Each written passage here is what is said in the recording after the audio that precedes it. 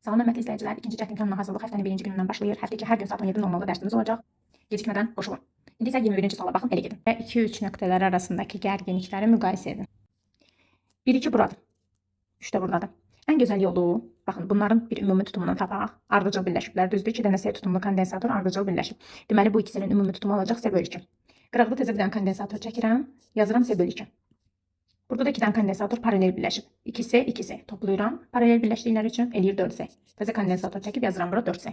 Vəssalam. İndi müqayisə edə bilərəm. Onsuz da bu ikisi ardıcıl birləşib deyə, ikisində də eyni miqdarda yük toplanacaq.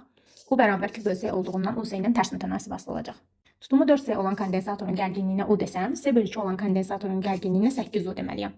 Tutum azaldı deyə gərginlik artır, çünki tərs mütənasib asılıdırlar. Yəni U1 bölünsün U2 bərabərdir, S2 bölünsün S1-dir. 4S S/2-dən 8 dəfə çoxdur. Ona görə də 4S-dəki gərginlik S/2-dəki gərginlikdən 8 dəfə az olmalıdır.